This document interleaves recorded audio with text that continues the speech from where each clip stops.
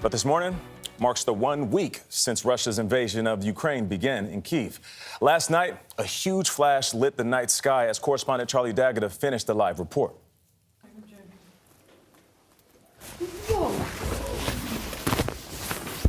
Charlie and his crew are okay. Russian forces are continuing their offensive on the ground, moving closer to major cities from the north, east, and south. One Ukrainian official says a major port city on the Black Sea is surrounded. Another says Russia has captured the nearby city of Kherson, where new video shows Russian troops and vehicles on the streets.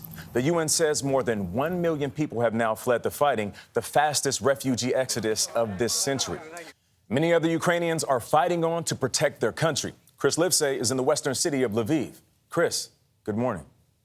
Good morning. Add to those million refugees, millions more who have been internally displaced, many of their homes destroyed by indiscriminate Russian attacks. In today's Ukraine, the sky is the people's enemy.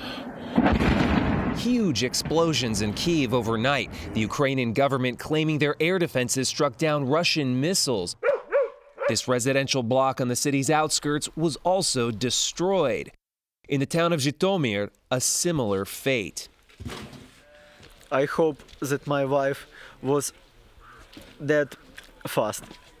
That in this moment my wife in heaven and everything was perfect in her life. Yet Ukraine's president Volodymyr Zelensky remains defiant. We are beating them off. Our soldiers, our border guards, our militias, he says. Even ordinary farmers are capturing Russian soldiers daily, and they all say the same thing. They don't know why they're here. Captured Russian soldiers like this young man. When these Ukrainians help him call his mother, he bursts into tears. It's a fiery resistance that's stunned Russia and the world. The Ukrainian government has even issued instructions for ordinary civilians to make Molotov cocktails, like the Pravda brewery. They switched from making craft beer to craft ballistics, says director Taras Muselko. Is that Putin there? Yeah, you have Putin here holding a nuclear bomb, and the soldiers and the Russian trucks with Russian flag and covered with blood coming here. We need to be aware and we need to be prepared to defend our families, to defend our homes. The brewery is also forging hedgehogs, sharpened steel beams that can stop tanks dead in their tracks, and these nasty little welcome mats called stingers, which can blow out military tires. I see you with the Molotov cocktail, and I see the Russians with tanks. It feels like David and Goliath. Yeah, actually, we have World War III here now in 21st century, and we stand against the huge army, but we will stand to the last. Among those standing, Ukraine's newest recruits. Just a week ago, few Ukrainians expected Russia would actually invade. Now they're the ones pulling the trigger. Despite Ukraine's resolve, Russia continues to tighten the noose, specifically in the south, where it aims to cut Ukraine off from all of its seaports, not to mention critical supplies. Tony? Chris Livesay for us in Lviv. Chris, thank you very much. It's amazing to see one of our correspondents interviewing in a casual nature a guy holding a Molotov cocktail. It shows you what the normal is there in Ukraine.